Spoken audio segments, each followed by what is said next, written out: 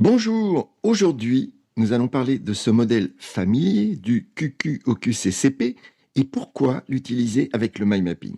5 parties: la présentation du modèle, les avantages de cette grille, les gains du couplage mind mapping et 6 étapes clés pour bien l'utiliser. La présentation du modèle QQ-OQCCP. Vous démarrez un nouveau projet. Le flou domine. Cela se peut, mais cela ne doit pas s'installer trop longtemps.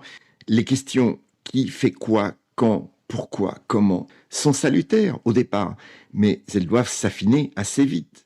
Alors, quand allez-vous obtenir ces fameuses réponses? Sans même y penser, vous utilisez déjà des variantes du QQ-OQCCP comme mode de navigation dans votre projet. Vous êtes bien sur la chaîne de Mind Mapping Décision et je vous guide aujourd'hui sur ce couplage du modèle QQ-OQCCP avec le Mind Mapping. Alors abonnez-vous, likez, commentez pour partager vos expériences. Donc, vous démarrez un nouveau projet. Le flou domine toujours. Vous ressentez le besoin d'une boussole, d'une carte pour clarifier une situation qui vous semble encore fragile. Le déclic vous est apparu quand vous avez regardé cette vidéo d'une chef de projet qui combinait dès le départ ce modèle QQ-OQCCP avec la pratique des cartes mentales. La complexité prend forme sous ses yeux et ceux de l'équipe. Et la carte propose déjà de nommer et relier ces éléments clés entre eux. Les contributions sont davantage contextualisées et centrées. Vous sentez cette énergie typique du flow. Dans cette vidéo, nous allons voir pourquoi cette alliance du modèle avec la carte mentale est tellement utile et ses apports concrets dans vos projets. Et en fin de vidéo, je vous indique comment récupérer un modèle de carte pour soutenir et creuser vos questionnements QQ-OQCCP. Pour illustrer ce propos, imaginez-vous sortir de cette réunion d'équipe où rien n'a été vraiment défini. Enjeu, opportunité, objectif, restez flou.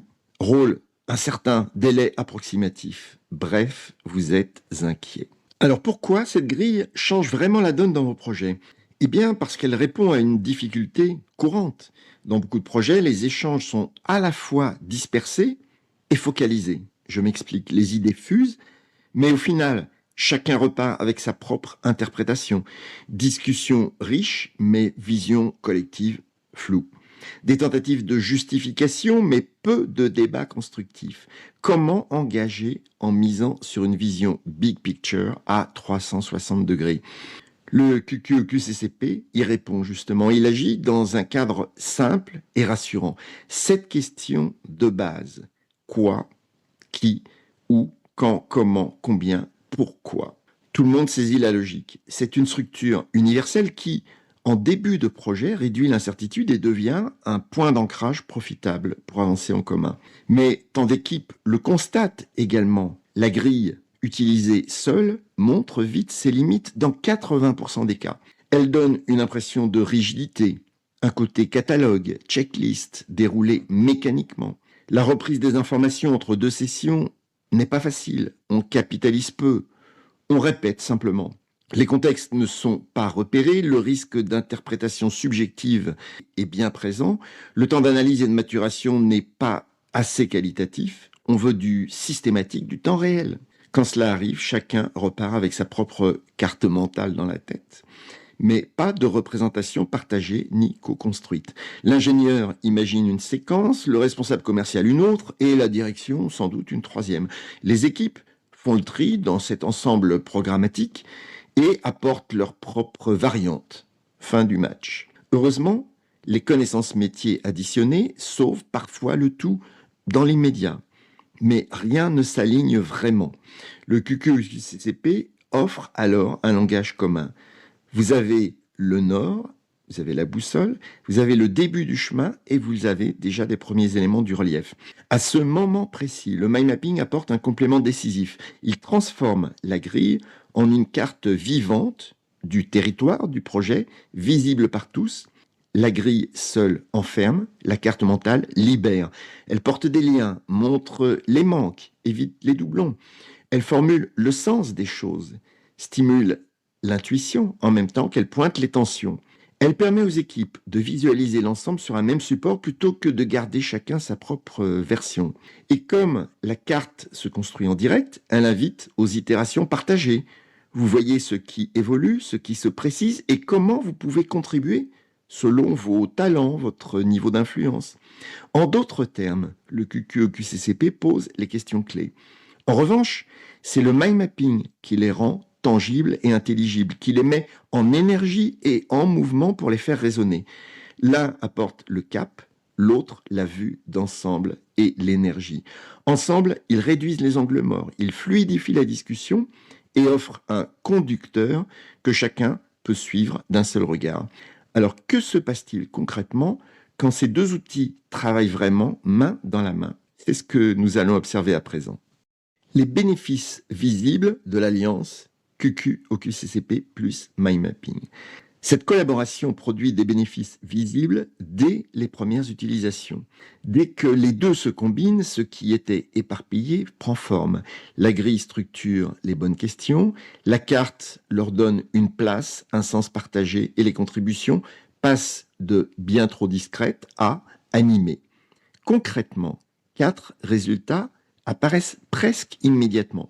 Premièrement, une clarté commune. Les réponses ne flottent plus dans les conversations, elles s'inscrivent dans un schéma visible que tous peuvent suivre d'un seul coup d'œil. Deuxièmement, il y a plus de cohérence dans les premières décisions qui sont prises. Chacun se fonde sur les représentations partagées et connues. Les contradictions diminuent et les priorités deviennent plus lisibles. Troisièmement, une mise en évidence rapide des manques, des dissonances, des trous d'information, car oui, tout n'est pas idéal dès le départ. Un défaut d'influence, un pilote absent, une technologie douteuse, une veille devenue obsolète, ceci va apparaître clairement dans la carte. Quatrièmement, une capacité d'itération et de mise à jour. Comme la carte est vivante, la mind map peut évoluer au fil des échanges, intégrer un changement, montrer l'impact de ce changement sur l'ensemble sans perdre de temps. Prenons un cas concret pour illustrer. Une équipe commerciale veut clarifier les besoins d'un client. Sur le papier, tout paraît homogène. Mais une fois les questions passées au filtre du QQ au QCCP, posées dans une mind map, le paysage commence à changer. Heureusement, car la justesse viendra de la résolution de ces motifs variés. Julie attend surtout un service fluide pour l'installation de l'équipement. John, lui, recherche une forte valeur perçue du produit. Dans la carte, ces deux attentes distinctes apparaissent côte à côte, sans les confondre. Et en 10 secondes, l'équipe visualise la divergence potentielle et peut questionner et l'un et l'autre. La puissance de la carte ne tient pas seulement dans cette mise en évidence, elle révèle aussi de nouveaux espaces moins visibles. Relier une ressource à un responsable, une échéance à un coût, une influence augmentée à un partenaire. Ces liens visuels évitent les oublis, évitent les choses mises sous le tapis et vont anticiper des blocages potentiels futurs. Chacun ressent une ambition plus consistante pour le projet. C'est motivant. Cette organisation visuelle nourrit aussi un apprentissage collectif. Chaque nouvelle réponse ne reste pas un fragment isolé, mais vient enrichir l'ensemble, développer de nouveaux réflexes. En construisant la carte devant tous, on donne au groupe une grammaire, une mémoire commune qui accélère la compréhension et l'appropriation. Et le mieux, c'est que ces bénéfices se ressentent très rapidement. Même sur un petit projet, dès la première réunion, la différence est nette. Moins de confusion, plus de repères partagés, une sensation de progresser ensemble. Et ce ressenti d'efficacité est déjà une source de performance. Alors reste une question simple. Comment mettre en œuvre cette combinaison de manière fluide pour transformer une discussion floue en un plan d'action clair et collaboratif? C'est l'étape suivante. 6 étapes pour appliquer la méthode avec la carte mentale. Pour appliquer cette méthode, 3 qualités vous sont demandées. Anticipation, souplesse et interaction sociale. Souvenez-vous, vous n'êtes pas dans un processus rigide, mais en recherche d'une qualité d'ouverture d'esprit, des échanges et d'une capacité à transformer l'exploration en action tangible et alignée. Je viens de décrire tout simplement le rôle de facilitateur qui est essentiel. Il tient le rôle de guide, il pose le modèle de base, il propose de spécifier les contextes et les branches secondaires pour chacun des axes. Par exemple, s'il creuse le qui, il cherche à discriminer les acteurs selon leur ancrage. Par exemple, en branche secondaire, une distinction privé, public, hybride, ou encore régional, national, international, ou technique, commercial, influence. Vous avez saisi. Explorer les acteurs, c'est réfléchir à des attributs qui les qualifient, qui affectent leurs intentions et leur rôle dans votre projet.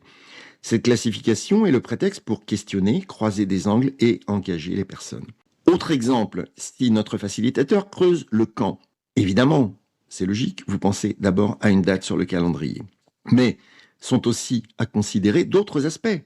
Le quand signifie aussi avant ou après quelque chose, en même temps qu'une autre chose, dans un cycle, en accélération ou pas, avec une fréquence en hausse ou en baisse. C'est là-dessus que viennent s'ancrer vos questions en réserve et que vous avez préparées à l'avance. Le facilitateur écoute attentivement, il reformule pour s'assurer que tout le monde comprend, il relance les idées avec des questions ouvertes, il synthétise et il veille à ne jamais décider à la place des participants. Pour appliquer concrètement cette méthode, vous optez pour un mode donc souple et itératif. Souvenez-vous, vous n'êtes pas en recherche d'un processus rigide, mais d'une ouverture. Alors, voici ces 6 étapes pour progresser avec facilité. Premièrement, préparez votre carte squelette avec ses 7 branches principales, QQ, OQCCP, que nous appellerons de niveau 1. Chaque sujet est rehaussé d'un picto pour un meilleur ancrage mémoriel. Deuxième étape, élaborez pour chaque axe principal 5 à 7 questions potentielles que vous avez en réserve et que vous allez activer selon le contexte du projet et pour lancer le processus. Une session d'exploration suivante pourra être plus large, mais au départ, veillez à ne pas saturer l'espace pour garder l'attention du groupe. Je vous donne d'ailleurs en bonus à la fin de cette vidéo, en description, un modèle de mind map pour pouvoir démarrer. Étape numéro 3, examinez les axes dans l'ordre du modèle et proposez vos questions que vous aurez sélectionnées par avance. Inscrire les réponses dans la mind map derrière chaque axe sans forcément les rattacher au sujet et aux branches principales. On parle alors de sujet flottant. C'est une forme d'incubation de proximité. Notez tout de suite si des questions-réponses semblent liées entre elles. Ajoutez des notes de sujet pour les clarifier. C'est la 4e étape. Transformez chaque sujet-réponse en un mot-clé ou une expression avec des notes de manière à l'éclairer et relier ce sujet à la branche principale. On peut déjà penser à des codes visuels simples pour catégoriser, par exemple, du vert pour les acteurs, du bleu pour les moyens pour les actions, du rouge pour les délais, avec par exemple des teintes plus foncées ou plus claires selon l'intensité du sujet. Pas de visée esthétique, évidemment, mais simplement fonctionnelle. Privilégier une logique claire, reconnue par tous, des symboles, des pictos, des encadrés, des étiquettes, des polices, des couleurs signifiantes, formuler et travailler une grammaire visuelle pertinente. 5e étape, poser des liens ou des flèches entre les branches secondaires pour faire apparaître des dépendances, des interdépendances. C'est souvent à ce stade que le groupe réalise l'impact d'un choix et cela va préparer le cadre pour de meilleures décisions. 6e étape, intégrer les actions à réaliser en niveau 3, c'est-à-dire derrière les sujets de niveau 2, en précisant quelles seront ces actions à valider dans un second temps. Proposer des affectations de ressources hommes ou moyens. Il s'agit juste de tester la force et la robustesse du système qui s'anime devant vous. Pour des projets complexes, je pourrais vous recommander de différer peut-être à la session suivante les affectations pour laisser le temps à cette carte et à ces éléments d'infuser et le système ainsi formulé et formalisé va maturer dans la carte et il y aura une clarification supplémentaire lorsque vous y reviendrez. Concentrez les questions sur ce qui est vraiment pertinent, signalez visuellement par tout moyen les points clés dans la carte, transformez ces éléments en actions concrètes de manière à pouvoir les affecter avec un responsable plus une échéance. Enfin, veillez à clôturer la session avec un livrable tangible, la carte par exemple, sauvegardée dans un format ou un autre afin qu'elle devienne la base de la planification. Prenez quelques minutes pour résumer à voix haute les principales décisions. Si le projet le permet, désigner un propriétaire pour chaque grande action. C'est ce passage de la visualisation à la responsabilité individuelle qui va transformer la carte en véritable levier d'exécution. Dans ce processus, vous êtes attentif à la manière dont le groupe va s'aligner et trouver son rythme autour de ces échanges à dominante visuelle. C'est la clé du succès pour un projet ambitieux et résilient. Conclusion. Il s'agit d'une solution facile à mettre en œuvre et à tester dans vos projets. Vous l'avez vu, associer le QQ au QCCP et le mind mapping apporte clarté et vision partagée. Chacun voit le même schéma, comprend les mêmes enjeux et avance dans la même direction. Je vous invite à tester cette combinaison lors de votre prochain cadrage de projet, car on gagne effectivement à pratiquer de cette façon en phase amont. Posez les questions les plus pertinentes, visualisez-les dans la carte, observez ce qui change par rapport à vos pratiques habituelles, tout en gardant à l'esprit cette précaution. Laissez respirer, ne bousculez pas le temps, ouvrez des espaces, ne présentez pas la méthode ou l'outil comme une solution miracle. Pour aller plus loin, je vous invite à télécharger le modèle de map QQ au QCCP avec ses questions clés. Le lien est en description. Faites-moi un retour sur vos idées pour l'améliorer également. Participez aussi au mercredi mapping. Ce sont des ateliers cartes mentales gratuits d'1 heure chaque mercredi. Abonnez-vous, partagez cette vidéo pour que d'autres personnes intéressées comme vous puissent également la visionner. Merci pour votre participation et à très bientôt. Au revoir.